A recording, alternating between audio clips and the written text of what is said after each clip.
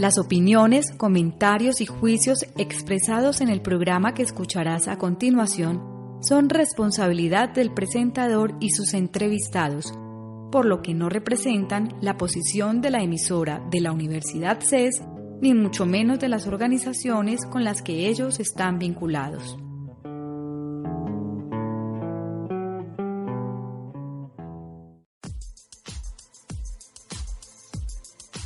Las entrevistas, los debates, la opinión y toda la actualidad jurídica la puedes escuchar en Voces del Derecho, programa realizado por la Facultad de Derecho de la Universidad CES y su emisora CES Radio.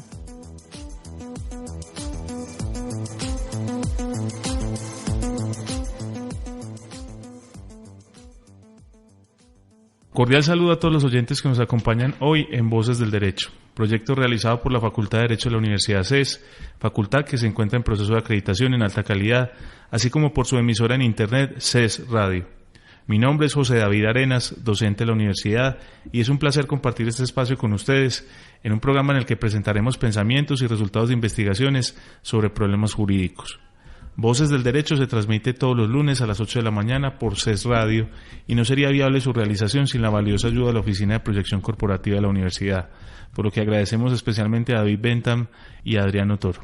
Si desean escuchar el programa fuera de la hora indicada, ingresen a los archivos de audio que están alojados en la página de la emisora, radio.ces.edu.co. Recuerdo a todos nuestros oyentes que a través de las redes sociales también pueden participar en nuestro programa. En Facebook pueden buscarnos como CES Radio y en Twitter seguir la cuenta @CES_radio. En estos espacios pueden sugerirnos temáticas y participar en el tema del día. Las opiniones expresadas en el programa son enteramente personales de los invitados, así como de su entrevistador o entrevistadores, y no constituyen línea institucional de la Universidad CES o de las empresas a las que se encuentran vinculados. El día de hoy abordaremos como temática la valoración jurídica del daño. Para ello, tenemos como invitado al doctor Diego Alexander Betancur Espinosa, quien es abogado titulado de la Universidad de Medellín, especialista en responsabilidad civil y seguros de la Universidad Pontificia Bolivariana, quien ejerce la docencia universitaria en pregrado y posgrado en diversas instituciones universitarias en universidades de la ciudad de Medellín, y quien nos acompaña y ha sido parte de la planta docente de la Universidad CES como docente de posgrados en esta universidad, así como actúa como decano de la Escuela de Ciencias Sociales y Humanas de la institución universitaria Salazar y Herrera, institución a la que agradecemos la colaboración para la elaboración de este programa. Bienvenido, doctor Diego. Muchísimas gracias, doctor. Igualmente tenemos como coentrevistador al egresado de la Facultad de Derecho y abogado titulado José Alberto Cardona Sea, quien nos acompaña hoy también aquí en el programa. Bienvenido, José Alberto. Gracias, doctor, y por la invitación. Muy bien, el tema de hoy es la valoración del daño, pero antes de entrar precisamente en lo medular que es la valoración, quisiera, doctor, que nos hablara un poco sobre el daño como tal. ¿En qué consisten los perjuicios? ¿De qué tipo de perjuicios podemos hablar desde el punto de vista jurídico? Si queremos hablar de la valoración del daño y más concretamente de la valoración y liquidación de los perjuicios, es bueno que entendamos de dónde proviene ella. Y entonces tendríamos que hablar de un poco de la definición, por lo menos, de la responsabilidad civil. Normalmente, la definición de la responsabilidad civil en general proviene del artículo 2341 del Código Civil, ¿cierto? Que dice que quien cause daño a otra persona en una forma ilícita, entonces está en la obligación de repararlo. Y cuando hablamos de reparación, en Colombia tenemos una expresión muy actual y es hablar de reparaciones integrales. Normalmente los abogados hablan de reparación integral en el campo o en el área de lo penal, pero cuando hablamos del campo de lo civil también encontramos que la ley 446 en su artículo 16 nos obliga a los abogados a hablar de reparaciones integrales. ¿Y en qué consiste una reparación integral entonces? Es en reparar e indemnizar todos los perjuicios o todos los daños que se le hubiesen ocasionado a las personas en razón de un hecho ilícito, en un hecho que no se debió haber cometido. Cuando hablamos de ilícito no estamos hablando únicamente de un hecho punible o de un delito, sino que estamos hablando de cualquier actuación de una persona que le afecte a otro sin tener la autorización para realizarlo. Entonces, si hablamos de esta situación, ya entramos a hablar de los daños como tal. Y el daño entonces es la afectación a un bien jurídicamente tutelado, como lo decíamos, por causa de un hecho ilícito. Y esos daños en Colombia los diferenciamos en dos grandes vertientes. Una que es los daños patrimoniales y los daños extrapatrimoniales, ¿cierto? Hay algunos teóricos que nos hablan de una diferencia entre daño y perjuicio, con la cual yo siempre he estado de acuerdo, hay otros que no están de acuerdo con ella. Pero entonces hablamos de el daño como la afectación al bien jurídicamente tutelado y el perjuicio como la afectación económica o la valoración económica a ese daño que se causó. Cuando yo daño un derecho, pues no necesariamente estoy causando un perjuicio. Pero cuando causo un perjuicio es porque hubo una afectación o un daño y ese perjuicio es la valoración económica de aquel. De allí entonces tenemos que para liquidar o indemnizar a una víctima estamos hablando de los daños patrimoniales. Toda vez que estos son los que se pueden indemnizar, yo puedo valorar en una forma exacta en dinero, mientras que los daños o los perjuicios extrapatrimoniales no son susceptibles de valoración en dinero, ¿ya? Toda vez que hace referencia a los daños morales, a las afectaciones a las condiciones de existencia. Y si nos vamos a las tesis o la teoría que se maneja hoy día en el Consejo de Estado y en los proyectos de ley, pues tenemos una cantidad de daños extrapatrimoniales en cuanto se pueden dar tantas afectaciones a los derechos constitucionalmente tutelados se refiere. Pero creo que hoy entonces entraríamos a hablar un poco más, por cuestiones de tiempo y de temática, sobre la liquidación de los perjuicios patrimoniales. Perfecto. En cuanto a esa liquidación de perjuicios patrimoniales, ¿existe alguna problemática actual en cuanto a su cuantificación o a sus conceptos? ¿Ha habido alguna discusión? Total. En este momento hay una norma que es el artículo 206 del Código General del Proceso que exige a que los abogados, cuando van a hacer reclamaciones sobre perjuicios patrimoniales, deben hacer una valoración estimada de su pretensión, y esto lo tienen que hacer bajo la gravedad del juramento. Adicional que el juramento estimatorio tiene como sanción a las partes que presenten una valoración equivocada, una sanción del 10% sobre la diferencia cuando lo otorgado por el juez cuando lo pedido por el abogado sobrepase el 50% de lo otorgado por el juez. Entonces, a lo que nos invita esa norma, ese artículo 206 del Código General del Proceso, es a que todos los abogados que presenten o eleven peticiones en materia de lo civil, por ejemplo, sepan liquidar perjuicios, porque si no saben liquidar los perjuicios, entonces se van a ver abocados de una manera casi que indefectible a esa sanción, aunque hay que reconocer que ya la Corte Suprema de Justicia, la Corte Constitucional declaró exequible de forma condicionada el artículo 206 del Código General del Proceso. Doctor, te hago una pregunta. ¿Cómo afecta el juramento estimatorio, pues que es un tema como en este momento tan delicado y como tan de moda, por decirlo de alguna manera? Estos daños que muchas veces los abogados pedimos, que en mi concepto son daños intangibles, son daños que en mi concepto son abstractos, como es el daño moral y el perjuicio de la vida en relación. ¿Qué opinas de este tipo de cosas y cómo afecta? Porque los abogados somos felices pidiendo, por decirlo, una cantidad de dinero muy elevada en este tipo de daños. Bueno, hay una ventaja, y es que el legislador sí tomó en cuenta el tema de los perjuicios extrapatrimoniales.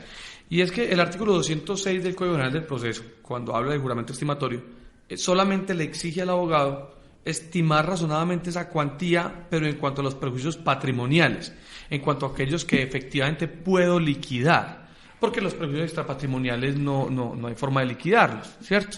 Existe en Colombia, bueno, y aquí es de esta ciudad, y de hecho es de la Universidad CES, una especialización que realizan los psicólogos, que es de valoración del daño psicológico, ¿cierto? O psicología jurídica, ¿Ya?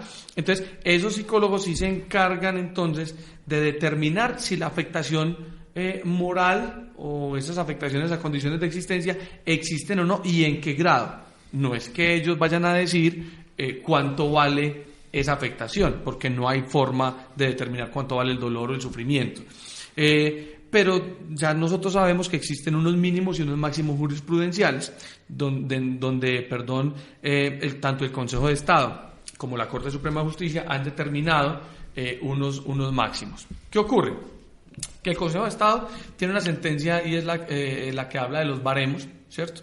La Corte Suprema de Justicia no tiene ese tipo de decisión, pero le permite entonces al abogado de una manera responsable hacer las peticiones en cuanto a los perjuicios extrapatrimoniales, moviéndose en esos máximos y mínimos jurisprudenciales. Pero nunca vamos a tener una afectación o una consecuencia en el juramento estimatorio por solicitar los máximos jurisprudenciales en perjuicios extrapatrimoniales. Son única exclusivamente para los patrimoniales. Ahora, ¿dónde sí está un tema mucho más complejo en el 206? Que no puede ser el artículo 206 del Código Penal del Proceso y el juramento estimatorio una barrera para que el abogado eleve pretensiones, ¿cierto? Porque una cosa lo que pretende en sí mismo el 206 y es que el abogado eleve pretensiones responsables, que haga una liquidación de los perjuicios, pero entonces no puede convertirse en el temor del abogado la sanción para no elevar las mismas. Y entonces encontramos casos como el de la pérdida de la oportunidad, ¿cierto? En la pérdida de la oportunidad yo no estoy tan seguro de su prueba, no estoy tan seguro de su cuantificación, porque es precisamente eso, la pérdida de la oportunidad, con todo lo complejo que el tema implica para quienes hemos estudiado de alguna manera ese asunto. De ahí entonces que la Corte haya declarado exequible, pero en forma condicionada al artículo.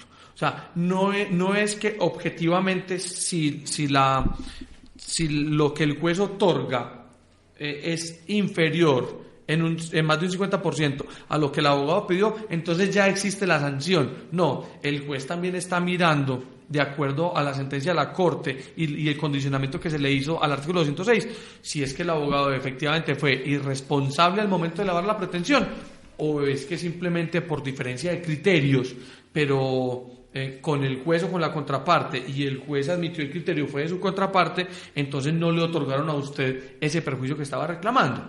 Pero ya no es de una forma objetiva y matemática la sanción. Bueno, vamos a una pausa. En Voces del Derecho conocerás la actualidad jurídica con la visión profesional y especializada de expertos académicos. Por medio de entrevistas, debates y opinión se abordan temas sociales en un lenguaje sencillo. Voces del Derecho, programa realizado por la Facultad de Derecho de la Universidad CES y su emisora CES Radio.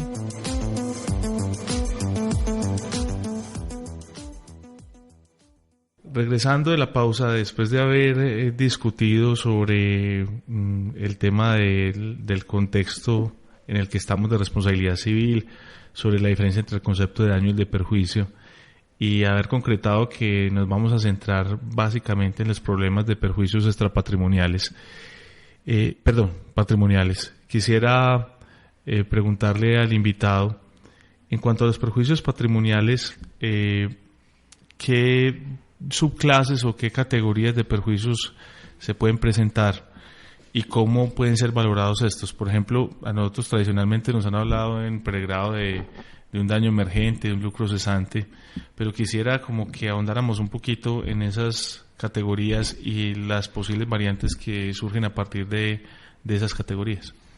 Ok. Ciertamente existen dos categorías de perjuicios patrimoniales y ya las acabas de mencionar, que son el lucro cesante y el daño emergente.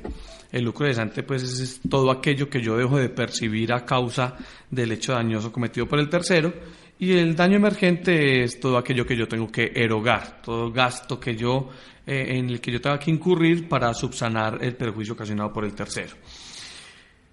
Pero el tema o la problemática no yace precisamente en qué es el daño emergente y qué es el lucro cesante, sino cómo los voy a liquidar y de acuerdo a la teoría general del daño, entonces, ¿dónde voy a ubicar cada uno de estos perjuicios? Porque cuando se trata del lucro cesante, del daño emergente, también tengo que identificar para poder liquidarlo y solicitar la indemnización si se trata entonces de un lucro cesante consolidado pasado, si se trata de un lucro cesante futuro, lo mismo en el daño emergente, si es consolidado pasado y si es futuro.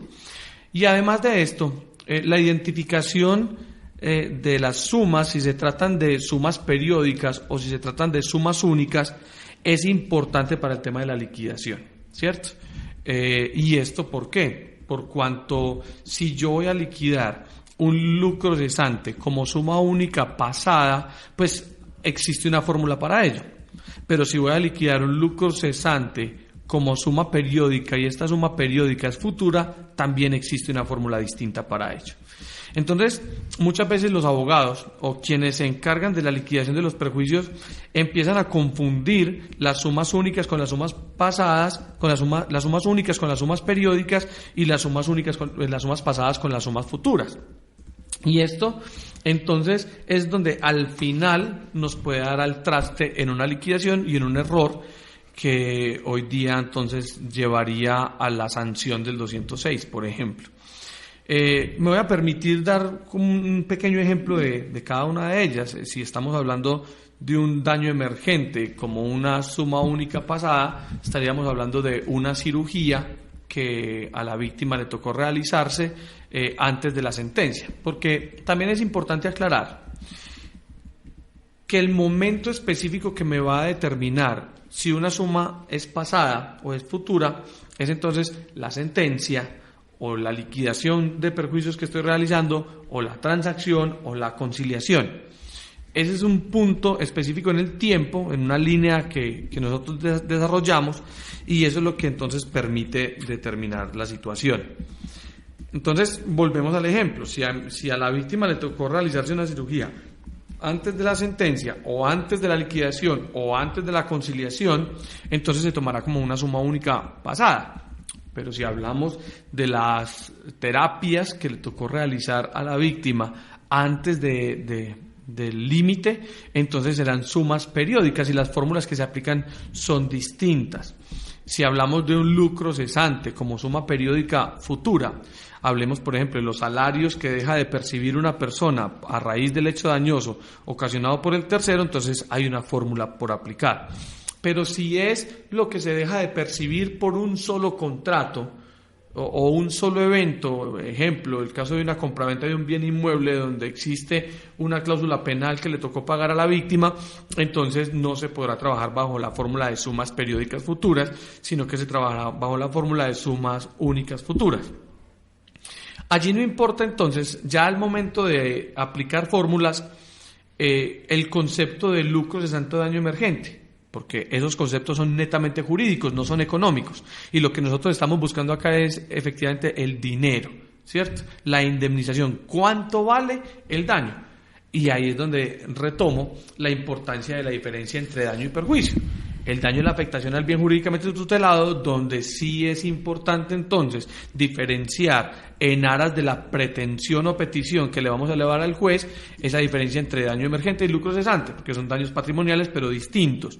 Pero a la hora de liquidarlos y de aplicar la fórmula no me distingue entre daño emergente y lucro cesante, sino que me distingue entre sumas periódicas pasadas o sumas únicas pasadas y sumas periódicas futuras o sumas únicas futuras. Lo que pasa es que el abogado ya aplica la conceptualización jurídica a ese perjuicio que se ocasionó y que se acaba de liquidar. De lo que usted acaba de decir, a mí me surge una inquietud que tiene que ver con un problema práctico. Como abogado en ejercicio, pues gracias a Dios no litigo en responsabilidad civil porque estaría con unos dolores de cabeza impresionantes. Me preocupa esto. Usted nos habla del juramento estimatorio y la exigencia tan seria que se le está haciendo al abogado hoy en día con ese juramento estimatorio. Pero a la vez existe una posibilidad fáctica y es que durante el proceso surjan unos daños que no pudieron ser, por ejemplo, anticipados al momento de hacer el juramento estimatorio. por ejemplo, que se magnifique el daño, y el abogado, en lugar de quedarse cortico con el juramento estimatorio, que es considerado un medio de prueba, en lugar de quedarse largo y dar lugar a la sanción, queda cortico, digámoslo. Y sobre todo porque hay un problema de por medio también, es la prescripción o la caducidad de ciertas acciones. Uno no puede tampoco esperar siempre a poder visualizar ciertos daños, sino que en ocasiones tiene que promover la acción para garantizar que el ejercicio efectivo de los derechos a la indemnización. Entonces el abogado, por ejemplo, demanda, lo voy a poner en un caso hipotético para ilustrar la idea. Hay un accidente de tránsito y una persona sufre unas lesiones. En principio esas lesiones se estimaron algunos tratamientos iniciales como daño emergente que se realizaron al momento de presentar la demanda, ya el abogado los conocía y los toma en cuenta en su juramento estimatorio. Y él valora pues de pronto un lucro cesante futuro. Pero resulta que no funcionan las fisioterapias. Hay una secuela que surge como consecuencia del accidente y esa secuela de pronto se ve magnificada y requiere 3 o 4 o 5 cirugías más que se dan antes de producirse la sentencia y que implican también unas erogaciones de parte de la víctima que no fueron tenidas en cuenta en el juramento estimatorio ni en las pretensiones. ¿Cómo hacer para manejar eso? Yo sé que es una pregunta muy como del caso en concreto, pero pienso que son situaciones que se pueden dar en el tipo de procesos que ustedes enfrentan.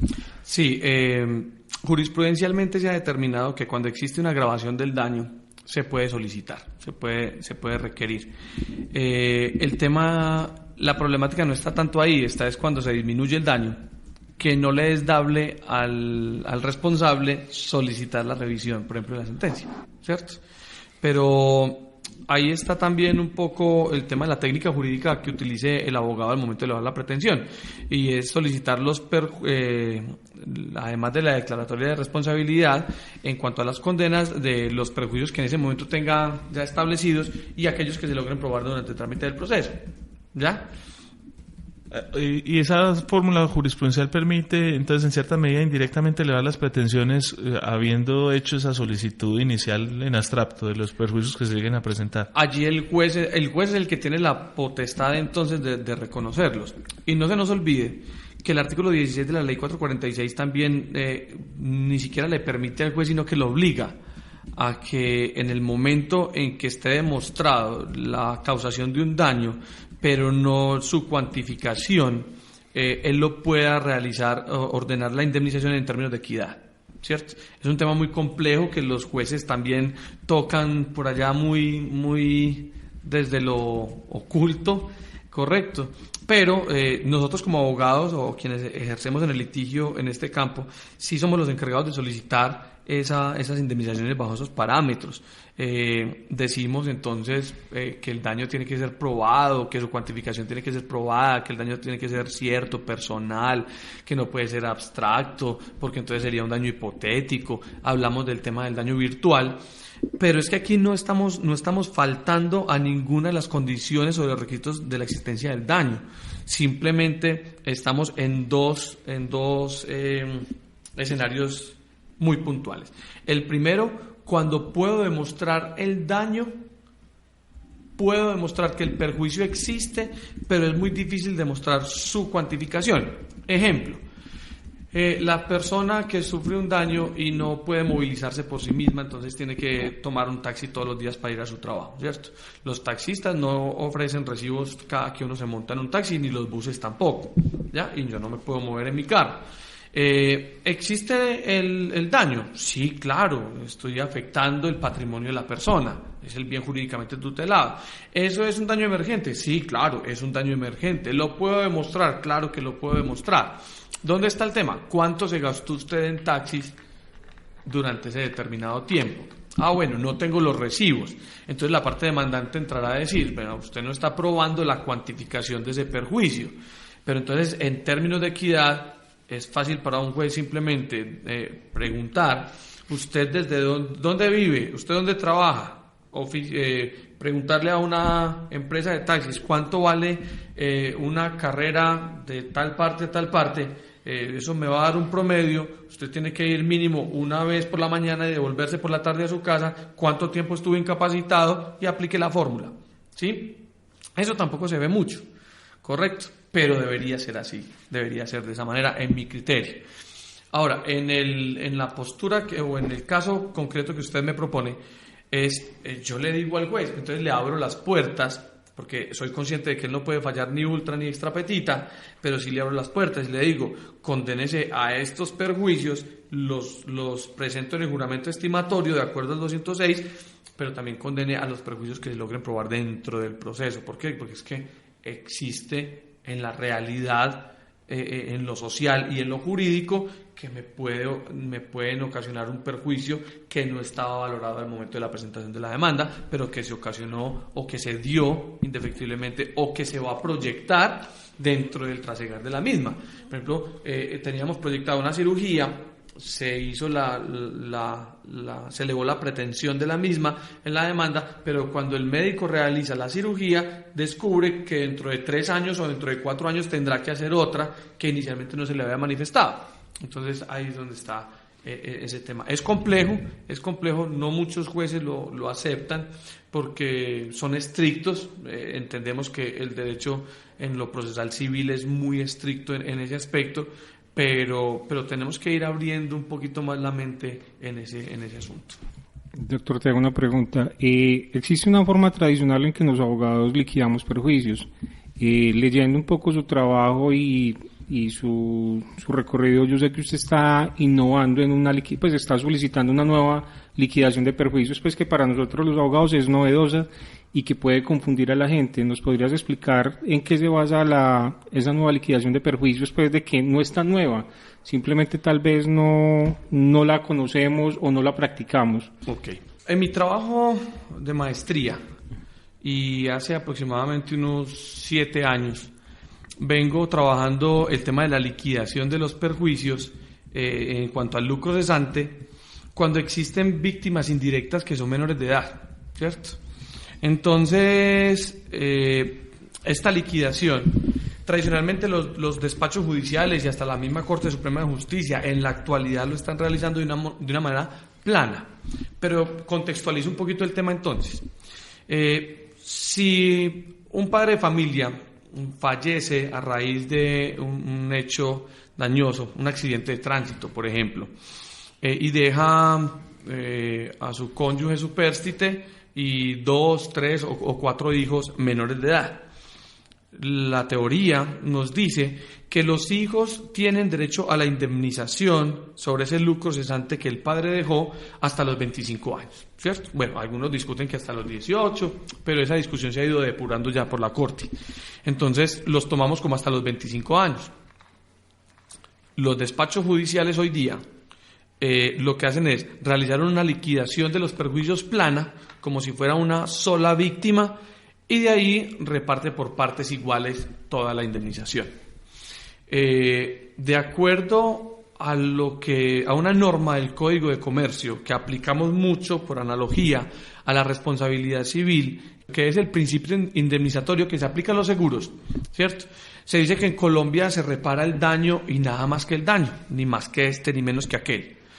Y entonces, si retomamos el asunto sobre el tema de los menores de edad, ellos tendrían derecho a la indemnización únicamente hasta que cada uno va cumpliendo 25 años, ¿cierto? Si les entregamos por partes iguales la indemnización, resulta que el hijo que era mayor está de alguna manera quitándole parte de la indemnización al hijo que era menor. Pero si vamos más al fondo del asunto, quien más parte de la indemnización debería recibir sería la cónyuge supérstite. Correcto, como esposa. ¿Por qué? Porque la esposa que sobrevive tiene derecho a la indemnización, en cuanto al lucro cesante se refiere, hasta la vida menor probable entre el cónyuge que fallece y el que queda vivo. Entonces, he ido trabajando el asunto hasta llegar entonces a un concepto que no es mío, ¿cierto? Bien lo dijiste ahorita, no es algo que me pertenezca en cuanto a su invención, pero de pronto sí he ido trabajando mucho en el asunto, y es la liquidación de los perjuicios con acrecimientos, ¿cierto? Ya el doctor Henao en su obra habló de él. En Medellín existe otro docente de responsabilidad civil que ha trabajado el tema y que tiene una obra, en este momento no recuerdo su nombre, pero donde ya han hablado de la liquidación de los perjuicios con acrecimientos. Pero, ¿qué es lo que se ha dicho? Simplemente que se debería hacer, pero no se han encargado de desarrollar a profundidad el tema, ¿cierto? Entonces, la propuesta que yo he venido realizando en mis conferencias, en mis clases posgraduales, en mi trabajo de maestría, es precisamente que a cada quien hay que darle entonces lo que le corresponde como indemnización, aplicando el principio indemnizatorio, y se ha intentado desarrollar una fórmula para que cada una de las víctimas indirectas entonces entre a recibir su parte de la indemnización, siendo cuando el hijo mayor cumple los 25 años, acrece a los demás, más o menos como se aplica en seguridad social cuando estamos hablando de pensiones, ¿cierto? Y cuando el último de los hijos cumple los 25 años, entonces se aplica la fórmula para que esa liquidación de la indemnización acreciente a la cónyuge o al cónyuge supérstite. Entonces me han hecho varias críticas, doctor, y es, bueno, pero es que eso cuando los hijos son hijos de la misma madre o del mismo padre, hablamos del cónyuge supérstite, no hay ningún problema, porque igual ellos por patria potestad tienen la facilidad o la capacidad de administrar los bienes de los menores. Yo les digo, sí, claro, ahí no hay ningún inconveniente.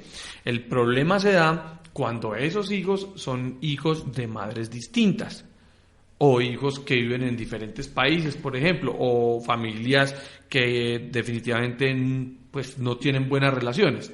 Entonces, además de que no tienen buenas relaciones, o además que son hijos de madres distintas o padres distintos, entonces ya viene un tema netamente económico, un tema netamente jurídico, un tema netamente de liquidación e indemnizaciones. Entonces, allí es donde más aplicaría esta modalidad de liquidación. Doctor, entonces una pregunta retomando la idea que venías. Entonces, ¿por qué los jueces no aplican los acrecimientos en el momento de la liquidación? Ok, bueno, básicamente, y es un concepto muy personal, no existe una estadística ni un estudio que así lo infiera, pero los jueces no lo hacen así por dos razones fundamentales. Primero, porque no conocen la fórmula o la forma de liquidar perjuicios con acrecimientos. Yo he tenido en las clases de posgrados de las diferentes especializaciones algunos jueces en donde se les explica. No obstante, allí lo que ellos manifiestan es la segunda razón, y es que los abogados no piden los acrecimientos, y al no pedir los acrecimientos el juez entonces no liquida de esa manera. Primero, le es más fácil liquidar de una forma plana y que se reparta el dinero por partes iguales entre las víctimas, y lo otro es que para ellos es un poco complejo entender el tema de las fórmulas, ¿cierto? Es triste cuando uno en los pregrados, muchas veces haciendo entrevistas a los muchachos, les pregunta ¿por qué escogiste estudiar Derecho? Y muchos dicen, es que no me gustan los números, o no me gustan las matemáticas. Pero en el trasegar de la carrera, tanto del estudio como del ejercicio de la profesión, se están encontrando ya con un derecho económico, un derecho financiero, temas como la liquidación de los perjuicios, donde las matemáticas ya son el pan de cada día o el orden del día de nosotros. Ahí están básicamente las dos razones. Pero no obstante, ya el Consejo de Estado tiene una sentencia en el 2015 donde se pronunció con acrecimiento. Lo que pasa es que el abogado que demandó el asunto por allá en el año de 1996 sí pidió que se hiciera, que por lo menos él solicitó que se hiciera la liquidación bajo los parámetros del principio indemnizatorio. Entonces, al pedirlo de esa manera, ya el Consejo de Estado, que en mi criterio es más avanzado en temas de perjuicios que la misma Corte Suprema de Justicia, se atrevió a emitir la primera sentencia con acrecimientos. Me preocupa una cosa, y es la especialidad del abogado para llevar a cabo la práctica de cálculos financieros. Y es porque prácticamente el requisito preprocesal, el requisito previo a la admisión de la demanda del 206 y el medio de prueba de juramento estimatorio implica que el abogado tiene que entrar en esas valoraciones y en esas estimaciones, en esas fórmulas para traer a valor presente un perjuicio futuro, para determinar de qué forma, digámoslo, debería ser producido. Y entonces viene la duda y es si el abogado se equivoca en la utilización de las fórmulas sobre el cálculo. De todos modos, ¿podría eso generar un valor como de confesión si, por ejemplo, no fue objetada ese juramento estimatorio? Porque supuestamente es también un medio de prueba y podría representar una ventaja para el demandado en cuanto al monto de indemnizar. Estoy de acuerdo con esa idea y con esa situación. Y es que si el juez no puede fallar ni extra ni ultra petita y el abogado se equivoca en la aplicación de las fórmulas y esa indemnización entonces le da menos, por lo tanto el juramento estimatorio lo hace en una forma inferior y el demandado no objeta el juramento estimatorio, ahí ya entonces quedó establecida la cuantía, ¿correcto? Al momento de dictar la sentencia, así al juez le dé más en una liquidación que él realice, no va a poder fallar por más. Correcto. De hecho, hay una sentencia ya un poco antigua que habla de ese asunto y es un abogado que elevó unas pretensiones. El caso llegó hasta casación, en la corte se hizo la liquidación de los perjuicios, daba mucho más de lo que el abogado había solicitado, pero la corte lo manifiesta en la sentencia y dice la liquidación de los perjuicios realizada por la corte da tanto, pero como el abogado de la parte demandante solamente solicitó esta cantidad, solamente se puede otorgar esa misma, ¿cierto? Entonces es un tema muy complejo y por eso el abogado tiene que ser muy responsable al momento de hacer la liquidación de los perjuicios, aplicar las fórmulas y poder elevar una pretensión seria. Bueno, pasando ya a otro tema y tomando en cuenta que existen estos mecanismos para evaluar perjuicios, quisiera con una, digámoslo, cierta ilustración para el abogado. Yo sé que es muy difícil hacerlo por radio, pues porque estamos hablando de fórmulas, estamos hablando de cálculos financieros, que en últimas el abogado se va a ver abocado a hacer o a buscar un especialista que lo haga.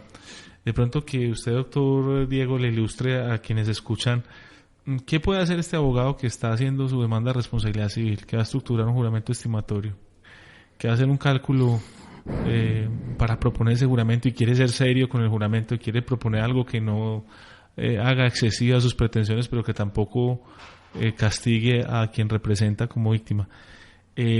¿Cuál es la sugerencia a seguir? ¿Existen peritos en la materia? ¿O qué tipo de fórmulas o qué tipo de lecturas debe hacer? Si de pronto queda muy difícil explicar en radio cómo hacer una de estas fórmulas, que me imagino que lo es, pero por ejemplo, ¿cuáles serían las lecturas recomendadas o las sentencias donde él puede ver lo que actualmente se está usando en este tipo de fórmulas? Ok, mire, básicamente para que un abogado aprenda a liquidar perjuicios es muy complejo que con la simple lectura de un libro, que los hay y muy buenos, aprenda con ello a liquidarlos. Porque es que no solamente está el tema de la liquidación del perjuicio, de la aplicación de la fórmula, sino de la teoría del general del daño, ¿cierto? Yo tengo que saber qué daño voy a convertir en un perjuicio para poder aplicarlo a una fórmula específica.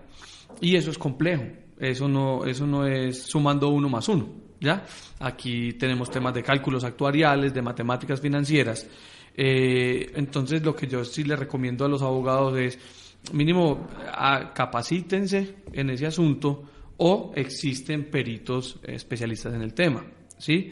La lista de auxiliares de la justicia que maneja la rama judicial tiene peritos, el CENDES tiene peritos de especialistas en liquidación de perjuicios. Y existen abogados que están en esa capacidad, pero lo más importante sería que se capaciten en ese asunto haciendo diplomados o haciendo seminarios para poder que adquieran ellos mismos la competencia y en lo sucesivo puedan realizar sus propias liquidaciones de perjuicios. Vamos a una pausa.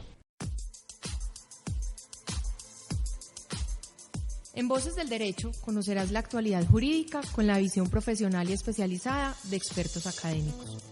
Por medio de entrevistas, debates y opinión, se abordan temas sociales en un lenguaje sencillo. Voces del Derecho, programa realizado por la Facultad de Derecho de la Universidad CES y su emisora CES Radio.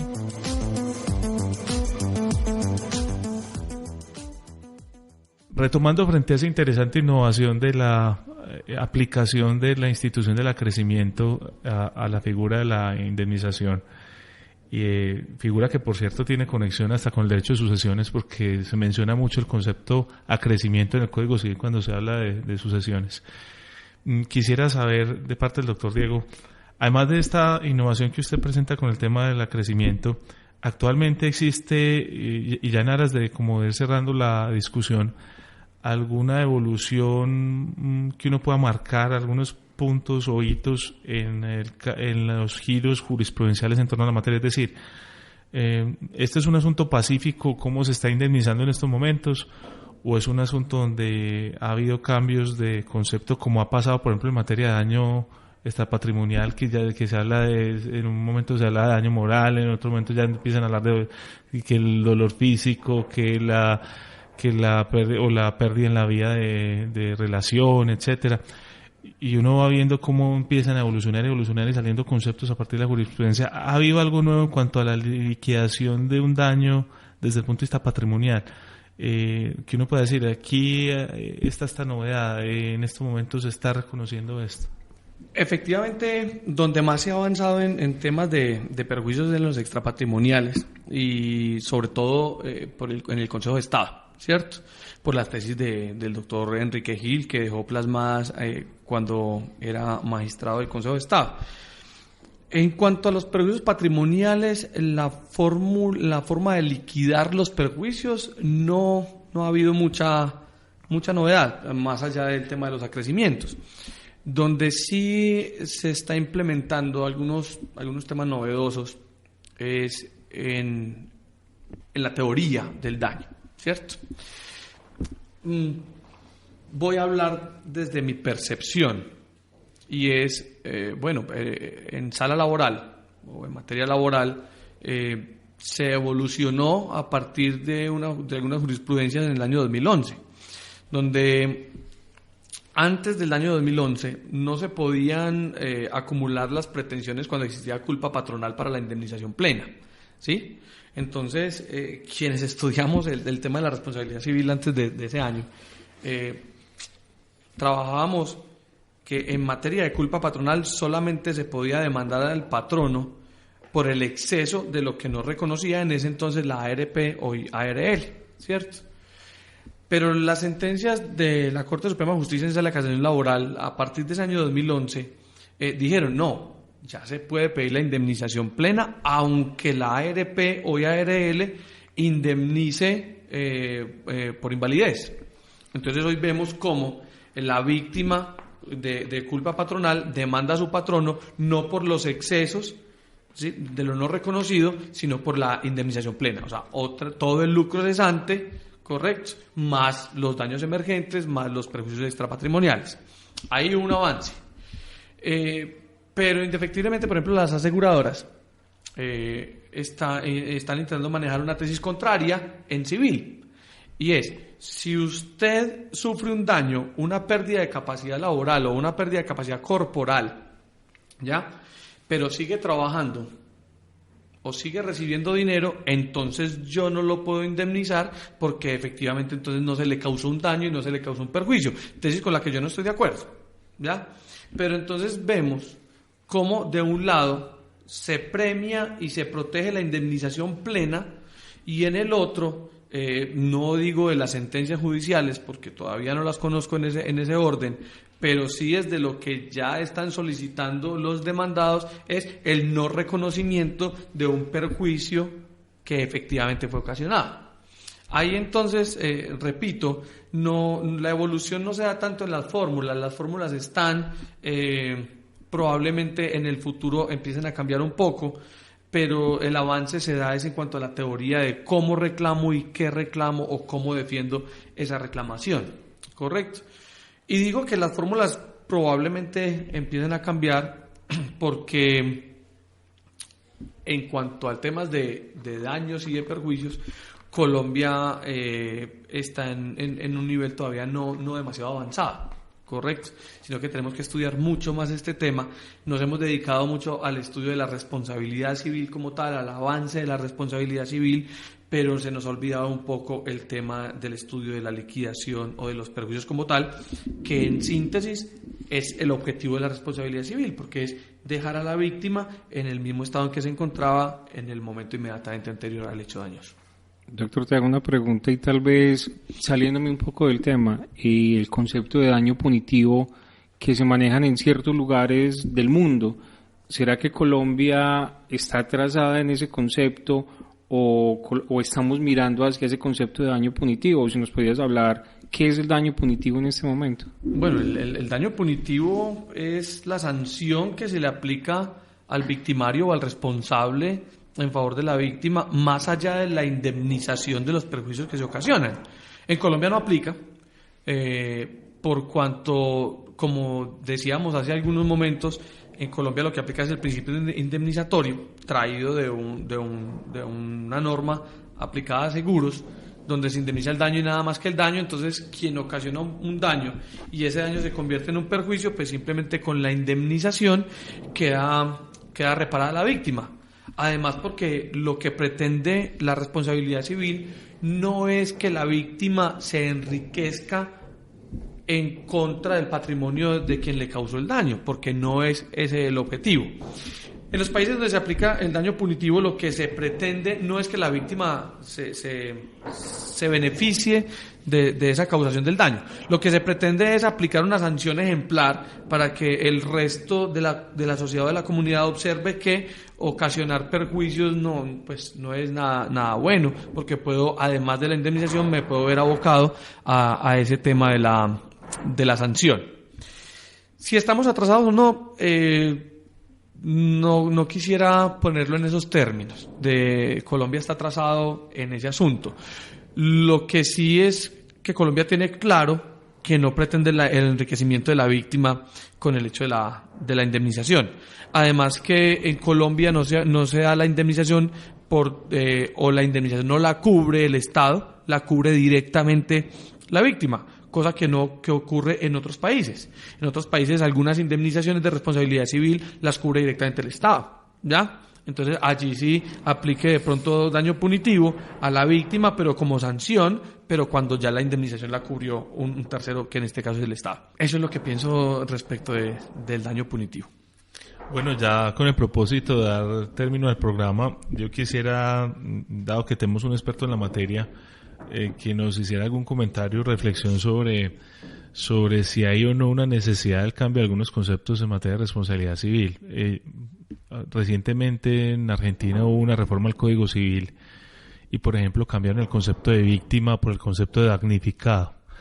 De pronto se está hablando ahora más en cuanto a la responsabilidad contributiva de una víctima, de la responsabilidad contributiva de un damnificado, no importando si es capaz o no. Entonces se están viendo ciertos avances en Latinoamérica y mucha gente dice que es bueno lo que está pasando en Argentina con el nuevo Código Civil, pero hay quienes dicen que el régimen que tenemos en el sistema Andrés Bello es perfecto para la culpa quiliana. Yo quisiera que nos hiciera una reflexión, doctor Diego, si usted siente que desde el lado de los conceptos, y como nos lo dijo, miremoslo más desde el lado de los conceptos porque es difícil discutirlo aquí sobre las fórmulas. En materia de responsabilidad civil es necesario implementar avances en nuestra legislación que ayuden de pronto a unas decisiones más adecuadas a la realidad social. De ser así, ¿cuáles avances? Que nos dé una reflexión en ese sentido. Bueno, al respecto, lo más importante que debe hacer Colombia, en mi criterio, es si pretende hacer avances o modificaciones respecto de la responsabilidad civil, es hacerlo pensando en cómo nos comportamos los colombianos, ¿cierto? Porque muchas veces lo que hacemos es traer normas, simplemente implementarlas en Colombia y adecue todo el comportamiento social a esa norma que fue estudiada y aplicada a un comportamiento social distinto. Hemos visto avances en cuanto a la teoría de la responsabilidad civil, no solamente donde no se habla tanto de víctima, también hemos avanzado ya, no se habla del nexo de causalidad, sino de la imputación, llevándonos un poco más a la responsabilidad civil objetiva. pero creo que todo esto necesita más estudio y necesita un poco más de investigación, necesita un poco más de juicio al momento de avanzar, sobre todo porque el avance de la responsabilidad civil en Colombia, ustedes saben que se da a nivel jurisprudencial. La ley no se ha tocado en ese aspecto, el Código Civil no lo hemos modificado en tanto los principios y las definiciones de la responsabilidad civil y quién es responsable y las diferentes formas de responsabilidad. Los avances son muy jurisprudenciales y bueno, las Cortes son las encargadas y las responsables de ese tipo de avances. Lo que pasa es que ahí sí quiero invitar a la academia a que participe de esos avances, porque no solamente son los magistrados en las Cortes los que simplemente dicen el derecho y hacen el avance respecto no solo de la responsabilidad civil, sino de todo el ordenamiento jurídico, sino que es la academia. Por ejemplo, en la institución universitaria Salazar y Herrera tenemos una línea de investigación en derecho privado y con unas líneas específicas en responsabilidad civil, y quisiera aprovechar la oportunidad para invitar a las diferentes facultades de Derecho de la Ciudad para que participemos de este grupo de investigación donde pretendemos ayudar y aportar a estos temas de los avances que ustedes me mencionan. También, por ejemplo, en la institución universitaria Salazar Herrera vamos a realizar este año el congreso sobre derecho de daños, congreso que el año pasado se hizo en otra universidad, que fue en la Pontificia Bolivariana.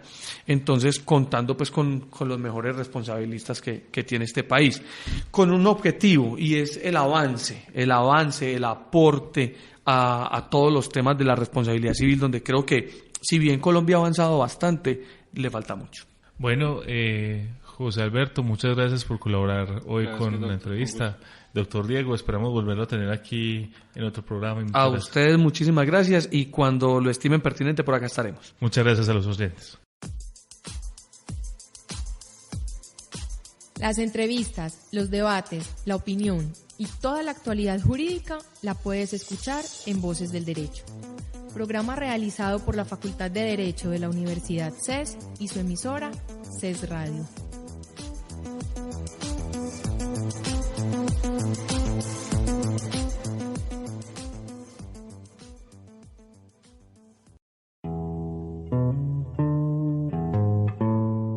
Si te perdiste alguna de las emisiones en línea de esta semana, puedes escucharlas una vez más en nuestra programación el domingo o en nuestros archivos de audio ingresando a nuestro sitio web radio.ces.edu.co.